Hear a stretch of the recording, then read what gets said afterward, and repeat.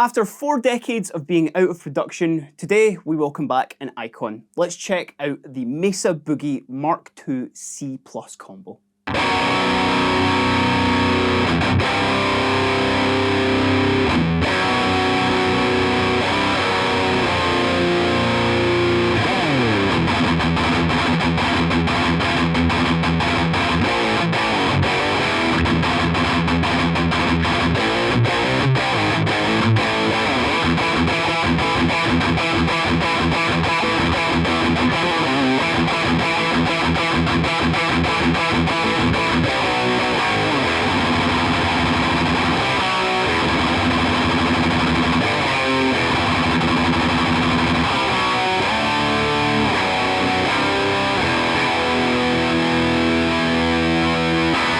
The Mesa Boogie Mark II C+ doesn't really need much of an introduction despite it being kind of out of the guitar zeitgeist for a little while. Certainly the zeitgeist of production because you've not been able to really get your hands on a new version of this for a while, but I think it's been on the minds of certainly any metal player for the past 40 or so years.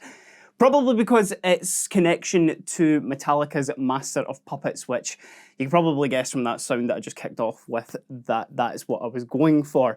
Now, I'm not going to go too much into the specs of this amp. I'm really just going to be focusing on one kind of key feature, and that's the sort of like reactivity of all of the settings on the amp, because despite it being a relatively simple layout on it, it's just a 2-channel amp, you've got a clean, you've got an overdrive. The dramatic change in sound from using some of the knobs on this, and especially that graphic EQ there, is quite staggering, to be fair, certainly for, you know, the couple of minutes that I've been spending just kind of setting this up before filming today. Now, I did mention that the Mark II C+ itself has been out of production, but you can get that sort of sound with the brand new Mesa Boogie Mark VII. That does have a setting on it. You can click above my head if you do want to watch our review of that. But let's just jump in with this amp because I think it's all the sounds that really do the talking. Right, so for sticking with that sound that I kicked the video off with, that's like probably what I would call the sort of Master Puppet sound. I have looked at the settings for what James Hetfield used in the studio for that, and I mean, I've picked the right guitar certainly for it too. It's not exactly the same settings, but to my ear in the room just now, this is definitely, it's very pleasing to me. Now, this has got the EQ active on it, all the settings, including some of these pulled knobs on here, which are going to change it, but this is just absolute perfect sort of 80s thrash Metallica sound just right out the bat.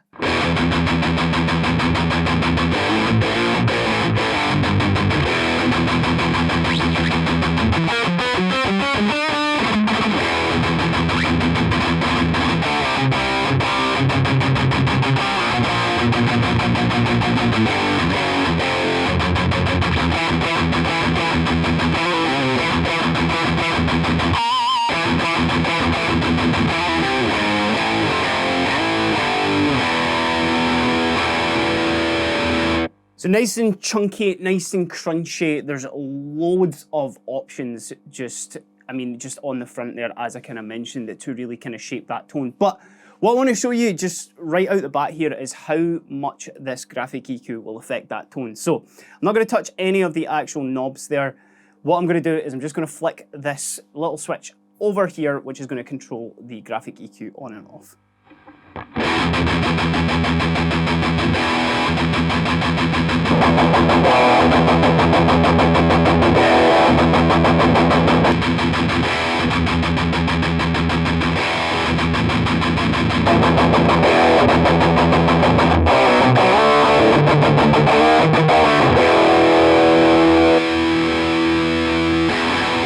So that in itself is not only it's adding like crunch and gain and whatnot, but it is changing the volume ever so slightly on that too, which is something to really kind of pay attention with this amp. Mesa Boogies are, I mean, they are the originators of the cascading gain, like kind of option, not even so much, just the premise itself is they invented that, and it goes into this amp here, and actually it is controlled like quite dramatically with the EQ system there as well, because you'll notice that I'll just do that kind of chuggy thing again, and I'll just actually control the treble knob here as well, and you'll notice that it does affect the gain.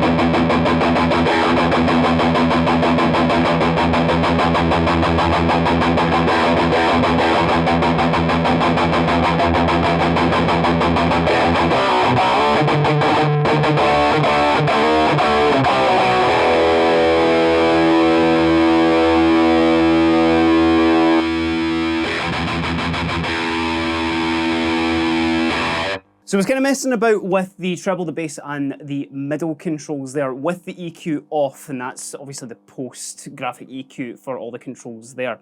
Now, that's where you're going to kind of get the most obvious changes when you're not using this guy. The way that I see it, you know, if you are looking for proper 80s sort of thrash, just in your face, metally sort of sounds, you're going to want to activate that graphic EQ there. You're obviously going to want to start pushing the gain, which not only is that controlled by the lead drive here, it is controlled by the initial volume as well. Now, this amp does have a clean channel, and you know that can get up to kind of overdriven levels as well. But I wanted to kind of kick off with the main event, that is the lead sound out of it, because certainly for anybody who knows the sort of like infamy of this amp will probably want to make some sounds like that on it. But fear not, if you're not the biggest fan of like chuggy 80s metal, then you're going to get a ton more sounds out of this, and I will be showing them off in this video. So speaking of which, if we don't want to go absolute full pelt with things, then it's going to have a bit of a balancing act with the volume 1 and the drive there. So I've just lowered the initial volume of it.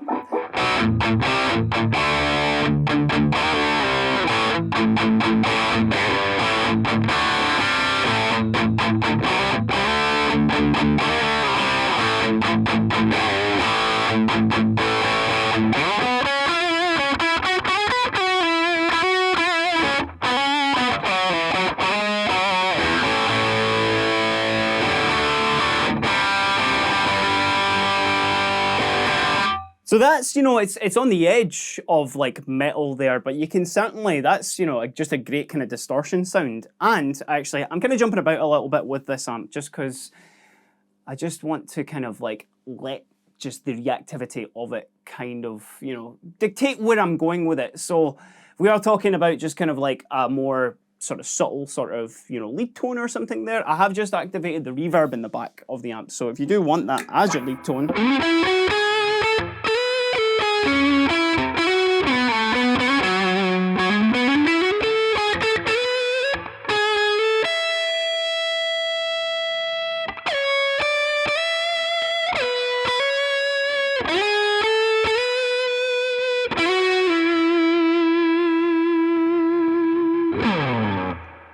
that is controllable with a foot switch as well. Now, if you do want to kind of go like more, you know, just sort of slightly overdriven, I guess, and let me just turn that reverb just a little bit down there so it's not so washy. But, you know, that's lead drive down, kind of at the 4 setting there. Initial volume as well, down at kind of 3.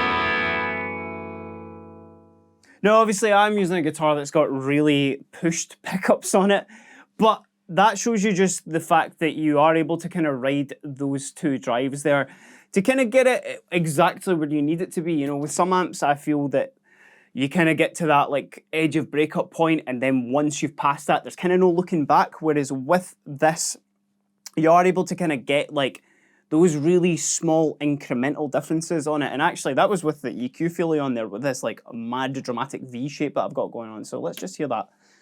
Same settings, just without any EQ there.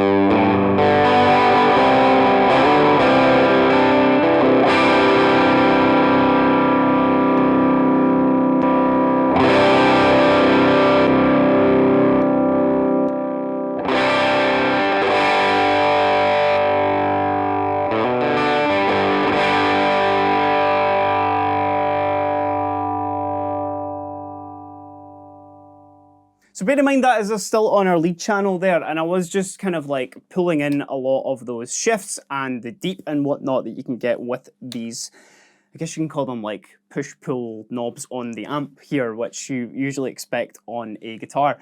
But that just goes to show like the absolute kind of scope of sounds that you can get from the lead channel just within itself. You know, if you do want to make these small incremental differences, you really can, or actually these vast differences. But let's double check what the clean signal is sounding like on it, because it is a dual channel amp here. I'm going to put everything just back to its, that's dead satisfying, by the way. I really just want to just kind of stress that there, that like, see the push and the pull on those knobs, it's great.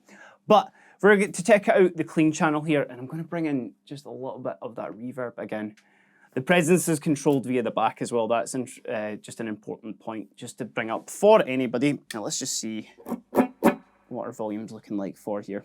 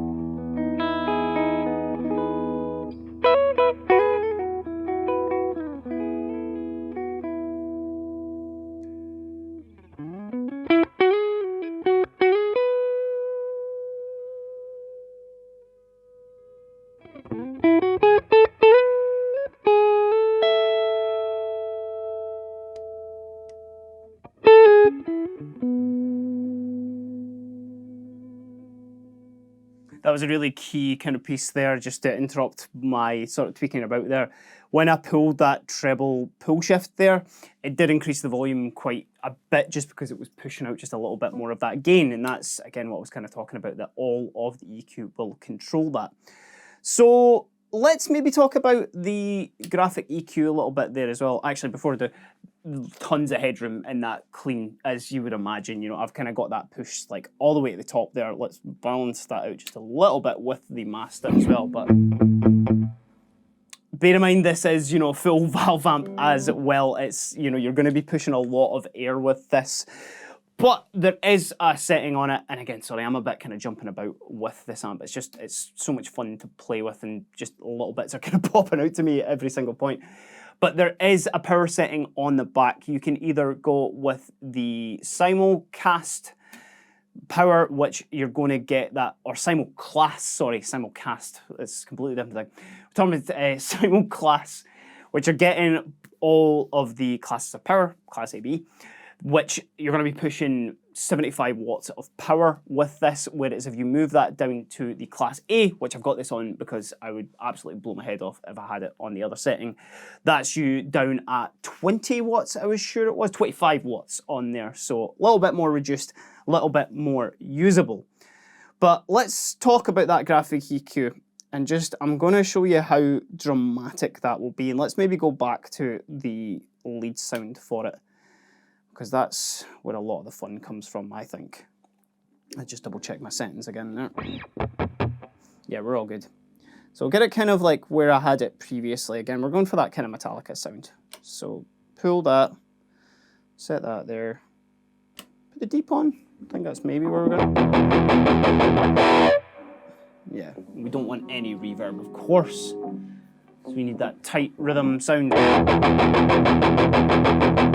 So I've already shown you how much the graphic EQ will actually change the sound of the gain itself. So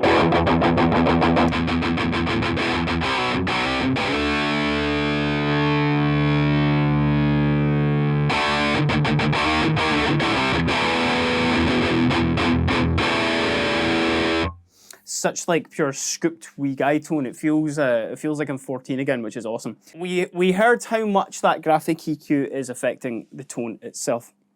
What I'm going to do is I'm just going to kind of do the chuggy thing again, and then I'm just going to show you how dramatic the sliders will affect the sound.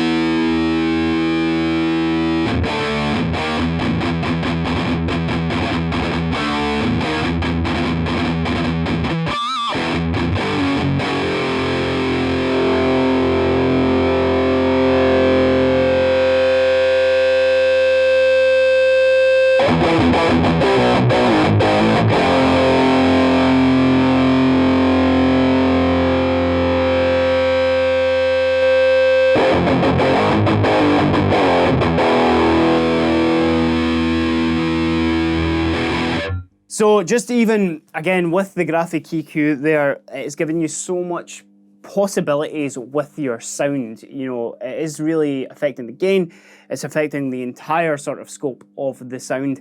I don't know why more amps don't really have that kind of graphic EQ control on them, because it seems just a bit like a no-brainer to obviously be able to so dramatically sort of shift your tone. Maybe that's the reason why, just because it almost gives you a little bit more options, but I guess you can do that with the EQ pedal as well. What I'm going to do, just for the kind of last section of this video as well, let's maybe move away from something that's got such high gain pickups. I'm going to move to a Les Paul or something just to show you what it sounds like just with, I guess, more standard set pickups.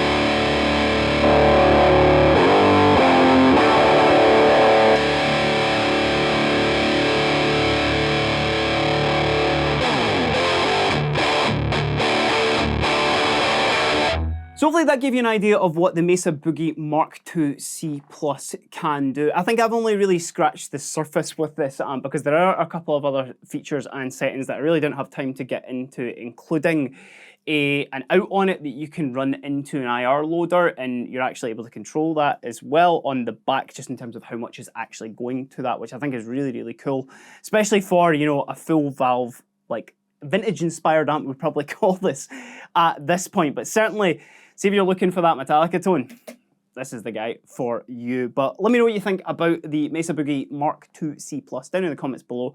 While you're there, give us a like and a subscribe if you have made it to the end of the video here, because you can keep up with all the latest news at Guitar HQ. But until next time, I've been Kieran, and this has just been a quick look at the Mesa Boogie Mark II C Plus combo. Have a great day. Oh! Oh well.